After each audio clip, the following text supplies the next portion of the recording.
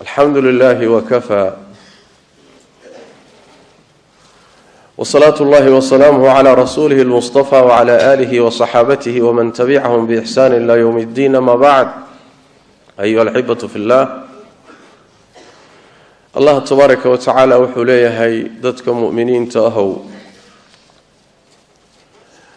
وحاكركينا لغو لازمية ولغو واجبية ولغو قري صون sidii ummadihi horeba loogu qoray si aad Allah uga baqdaan tabaaraka wa tacaala soo ilaalisaan. ayadu saddex arimood oo saddex xaqiiqo ayay taabatay. soonka bishan barakaysan in uu yahay shay laazim ah oo korkeena lagu qoray oo laynagu farad yeelay. xaqiiqada labaad ee ayadu taabatay wax weeyaan arintaasi taariikhiyan inaysan ka bilaabanin ummadan ee ay tahay arin horeysay oo ummado hore nala qabeen. xaqiiqada saddexaad ee aayadu taabatay waxa weeyaan xikmadda loo jideeyo soonka waa inuu alla ku cabsi ku geliyo oo noloshaada wax ka bedelo la'allakum tattaquun inaad is-ilaalisaan. soonka ilaahi tabaaraka wa tacaala marka inagu waajibiyay bishan barakaysan nabigana axaadiistiisa salawaatu rabbi wasalaamu calayhi uu inoo sheegay inuu yahay shanta tiir ee asaasiga ah ee islaamnimadu ku dhisan tahay. waxaa rabbi tabaaraka wa tacaala inoogu waajibiyey xikmado iyo faa'iidooyin badan oo ku jira. maxay rabbi tabaaraka wa tacaala shay ma waajibiyo ama adoomadiisa ma amro ama uma banneeyo ilaa maslaxa ku jirta. shay adoomadiisa uma diido kama reebo ilaa waxaa ku jira dhibaato ku jirta ama dhibaato degdeg ama mid dambaysa. soonka marka ilaahay inoo jideeyay tabaaraka wa tacaala faa'iidooyin badan baa ku jira. qaar badani waxay u noqonayaan adduunyadeenna caafimaadkaagay u noqonaysaayo soonku waa caafimaad. qaar badan waxay u noqonayaan faa'iidooyin ijtimaaci oo bulshada mujtamaca. qaar badan waxay u noqonayaan waa faa'iido u noqonaysa naftaada iyo qalbigaaga daahirintiis. qaar badani waa faa'iidooyin dhanka adduunyada u laabanaya.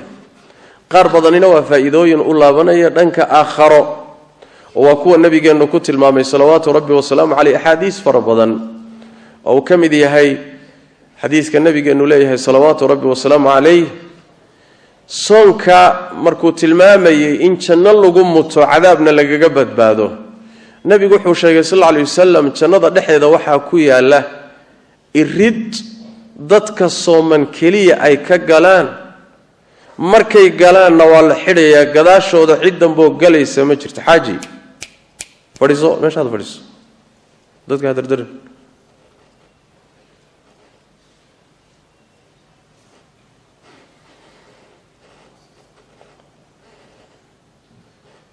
irida waxaa loogu talagalay dadka sooma oo keliya. ninkii aan soomin ma galo. waa irid jannada ka mid. wuxuu nabigeenu inoo sheegay sal alla alayh wasalam soonka iyo qur-aanku labaduba inay maalinta qiyaamada dadka u shafeeci doonaan. maalinkaasood u baahan tahay cid kuu hadasha maalinkaasood u baahan tahay cid kuu shafeecda. nabigeennu wuxuu sheegay cidda shafeeci doonta soonkiiyo qur-aanka ka mida. soonkii baa imaanaya markaasuu ciddii soomi jirtay buu wuxuu leeyahay rabbiyow kan anaa u diiday cuntadii iyo cabitaankii isagoo ooman baan u diiday biyihii iyo cabitaanadii isagoo gaajaysanoo baahan baan u diiday inuu cuno. sidaas daraaddeed iga aqbal maanta ergadiisa. ilaahay ergadaa waa ka aqbalaya tabaaraka wa tacaala. wuxuu nabigeenu tilmaamay salawaatu rabbi wasalaamu calayh ruuxii maalin ilaahay dartii u soomo jid ilaahay ku soomaayay allah tabaaraka wa tacaala wejigiisa naarta ayuu ka fogeeyaa 70 sano 70 dayrood ayaa ilaahay uu ka fogeeyaa wejigiisa naarta. wuxuu nabigeenu tilmaamay sallallahu alayhi wasallam inuu soonku yahay gaashaan uu adoonku kaga gaashaanto ilaahay cadaabkiisa tabaaraka wa tacaala. abu umama nabigeena weydiiyay sallallahu alayhi wasallam wuxuu rasuul ilaahay waxaad amartaa ama itustaa amal aan alla ugu dhawaado nabigu wuxuu sallallahu alayhi wasallam soonka laazim wax u dhigma ma jire wixii inta ka dambeeyay abu umama oo weligii afuran lama arkin amarkii nabigu qaatay salawaatu rabbi wa salaamu alayhi inta waxa dheero ka wada muhiimsan nabigeena salawaatu rabbi wa salaamu alayhi sidoo tilmaamay amal kasta inta la laabayo miisaan iyo qiyaas la garanayo way 10 goor 700 goor ka badan alla wuxuu tabaaraka wa taala soonka mooyee isaga ana iskale abaal gudkiisana ana bixinaya laakiin su'aasha isweydiinta la waxay tahay cibaadada inta soo faa'iido adduuniya aakhira laba ay ku jirtay waa noocee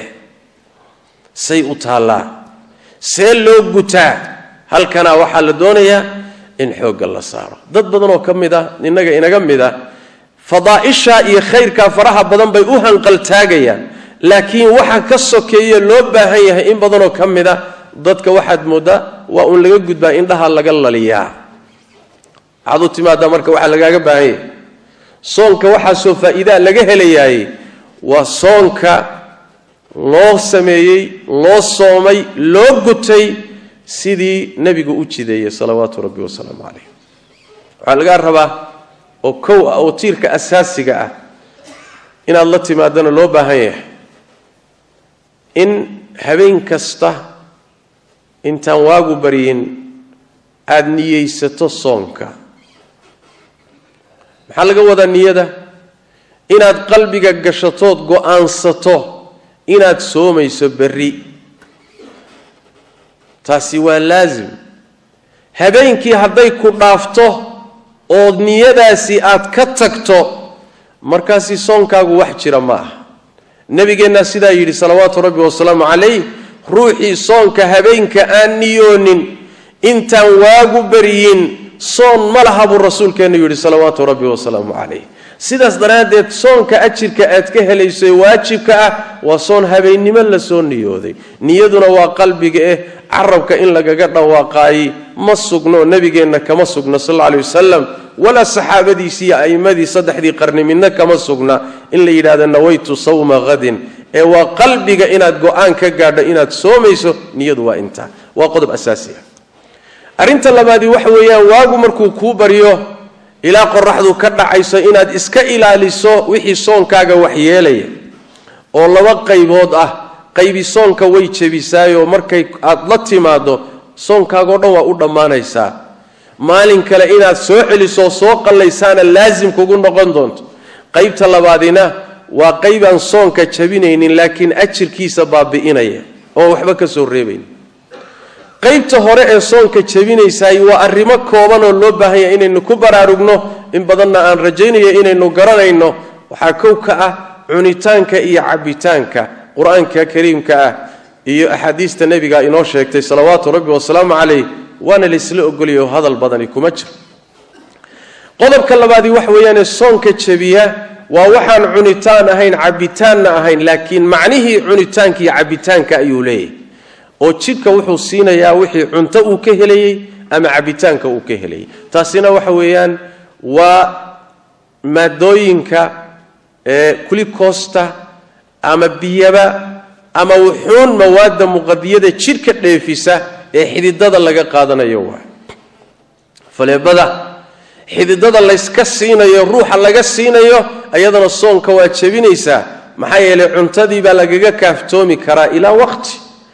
xoogii iyo dheeftii cuntadii cabitaanku bixinayeen jidka way siinaysaa waxa looga qiyaas qaadanaya cunidii cabitaankii iyaduna soonka waa jabinaysa say culimada maanta joogta badankood qabaan arinta saddexaad ee soonka jabisay in la iska ilaaliyo u baahan wax weey inaad iska mantajiso mantagu waa laba inuu isagu ka yimaado ku soo dhaafo ha ceshanin ha ka soo baxee soonkaaga waxba yeeli maayo iyo inaad adigu soo saarto aad sabab adigu aad leedahay ku soo saarto kaasi soonkaaga waa jabinaya nabigeena wuxuu yiri sallallahu alayhi wasallam cidii soonku soo dhaafo ka qaalib noqdo qallal laga marrabe soonkiisa waa wadanaya ruuxiisa iska matajiyo buu nabiga sallallahu alayhi wasallam kaasi ha qalleeyo soonkii waa ka jabay macnaheedu wax weeyaan marka inaadan iska mantajino mantaga aad iska ilaaliso waxaa la mid ah oo qodobka xige ee soonka jabiya in la iska ilaaliyo u baahani uu yahay waa galmada ragga iyo dumarka dhexmara quraanka kariimkaana Allah waa ku tilmaamay xadiidkii Abu Hurayra fi sahihayn nabigu waa ku tilmaamay sallallahu alayhi wasallam cidi galma ay ka dhacday waliba soon jabay kaliya meehe kafaara culus baa ku laazimaysa inuu adoon xoreeyo hadduu kari waayo inuu 2 bilood oo isku xigta soomo ramadaan kadib hadduu kari waayo inuu 60 miskiin quudiyo oo miskiinkiiba nisu saac u siiyo hawl culus waay sidaas daraadeed waxa waajiba inaad iyadana iska ilaaliso waxay culimada badankood qabaan oo jamaahiirtoodu salafan oo khalafan ay qabaan ayadana soonka inuu jabinayo biyaha manida iyo shahwada oo la soo saaro ruuxu isaga qasad uu leeyahay ku soo saaro ama gacantiisa ha ku soo saaro ama wax kale ha isticmaalo biyaha hadduu iska soo saaro shahwada sabab uu leeyahayna ku soo saaro ayadana soonka inay jabinaysay culimada badankood qabaan iyo jamaahiirtoodu waxayna u daliishadaan qaar kamid ah xadiidkii nabiga sallallahu alayhi wasallam rabbi markuu yiri soonka ana iskale anigaana abaal gudkiisa bixinaya wuxuu ka dambeysiyay adoonkaasi wuxuu ka tagay cuntadii iyo shahwadii buu aniga dartay uga tagay marka biyuhu gacan la isaga keeno ama sabab lagu keenay sabab kale lagu keenay shahwadaadii oo aadan ka tagin waay sidaas ay culimada qaar kood u daliishanayaan wabitaali soonkii waa jabinaya siday badankood qabaan waxyaalaha sidoo kale to soonka jabinaya waxa kamida oo isagu maqaadiir rabbi dumarkana khaaska ku ah dhiiga caadada iyo dhiiga dhalmada sida ahadiista nabiga sallallahu alayhi wasallam sidoo kale tibaaxday waxyaalahaasi waa waxyaalaha soonka jabiya in badan oo dadku ay u haystaan soonka inay jabiyaan waxyaalo badan oo kale ta soonka wax ma yeelaan laakiin inaha daliilka loo hayo inahaas way soonka jabin karay intaasi marka waa intii soonka baabiinaysa oo la iska ilaalinayo waxa kale iska ilaalinaysa wax kasta oo ilaahay xarimay oo carabkaaga ishaada dhagtaada gacantaada lugtaada wax kasta oo xaraan oo ilaahay xarimay oo samayso adoo sooman soonkaagu wax yeelaya sidaas daraadeed nabigeenu salawaatu rabbi wa salaam alayhi wuxuu yiri ruuxi aan ka tagin hadalka xun iyo dhaqanka xun ilaahay tabaaraka wa tacaala wax dan akamale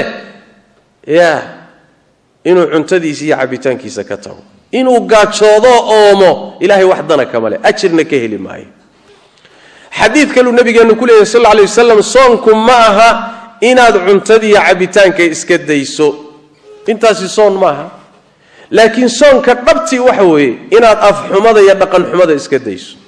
ilaa nabigeenu yiraahdo salawaatu rabbi wa salaamu alayhi hadduu ruux ku caayo kula caytamo ama dhaqan xumo kugula kaco hala ficil tabin hala caytamin ha ka ficil la qaadanin laakiin waxa tiraahdaa war waan soomanahay waa kula dagaalamay waa ku caay waa kugu xadgudbay war waan xakamaysnahay waa iska ka celin karaa laakiin waan xakamaysnahay xaq rabbi baa leeyahay xakamay waan soomanahay soonkaaga ilaasho yani waxa way hadaad ilaashan weydo waxa kugu dhacaysa xadiidkii nabigu sidoo tilmaamay salawaatu rabbi wa salaamu alayhi rubba saa'imin hadduhu min siyamihi al-ju' wal-'atash waxa badan dad badan oo sooman baa jira laakiin soonkooda dheefta ay ka helayaan kaliya ay tahay inuu ooman yahay oo gaajaysan yahay bas wax kale oo uu ka helaya ma jiro waa dhibaatooday soonka saxda ah ee inta soo ajiro la tilmaamayo laga guranayo adduuniya aakhiraba allana jeceliye janno lagu helayo iyo rida rabbi tabaaraka wa tacaala waa soonka adigoo dhan ku wada xakameey ee adigoo dhan ku wada celinaya way xubnahaaga dhan wada qabtay ku kontroolaya ku celinaya laakiin ma aha mid intii xalaasha ku ahayd soonka ka hor intaad daysay intii xaaraanta ahaydna aad iska qasanayso waa qariib soon intuusan soo gelin xantu xaaraan bay ahayd beentuna xaaraan bay ahayd xadgudkuna xaaraan buu ahaa fiirada khaladkaana xaaraan bay ahayd intii soon ka hor xaaraan ahayd soon markuu soo galay xaaraannimadeedu waa sii cuslaatay in xalaal inoo ahayd soonka ka hor baa laynaga xarimay intii xaaraanta sii ahayd warkeeda iska badaa sidaas daraadeed waad sooman tahay macnaheedu adigoo dhan baa wada sooman calooshaada xubinkaaga taranka indhahaaga dhagahaaga gacmahaaga lugahaaga qalbigaaga kulligaa wada soomanta haddaad sidaa yeeli weydo soo maaha tacab khasaar baad markaa isu diyaarinaysaa waad daashay waadna rafaaday laakiin wax tacab kuma yaalo ajirna ilaahay agtiisa ka sugi maysid ilaahay tabaaraka wa tacaala waxaan weydiisanaynaa inuu soonkeena cibaadaadkeena iyo acmaasheena intaba alla inuu aqbalo tabaaraka wa tacaala sallu wa sallimu ala khatamil anbiya'i wal mursalin allahumma salli wa sallim wa barik ala abdika wa rasulika muhammad وعلى آله وصحبه أجمعين وارض اللهم عن الصحابة والتابعين وتابعيهم ومن تبعهم بإحسان إلى يوم الدين اللهم إنا نسألك الهدى والتقى والعفاف والغنى ربنا ظلمنا أنفسنا وإن لم تغفر لنا وترحمنا لنكونن من الخاسرين اللهم يا حي يا قيوم برحمتك نستغيث ردنا إليك ردا جميلا ووفقنا لما تحب وترضى اللهم إننا ظلمنا أنفسنا وإن لم تغفر لنا وترحمنا لنكونن من الخاسرين اللهم اغفر للمسلمين والمسلمات والمؤمنين والمؤمنات الأحياء منهم والأموات برحمتك يا أرحم الراحمين اللهم أعز دينك وكتابك وسنة نبيك يا حي يا قيوم وسبحانك اللهم وبحمدك نشهد أن لا إله إلا أنت نستغفرك ونتوب إليك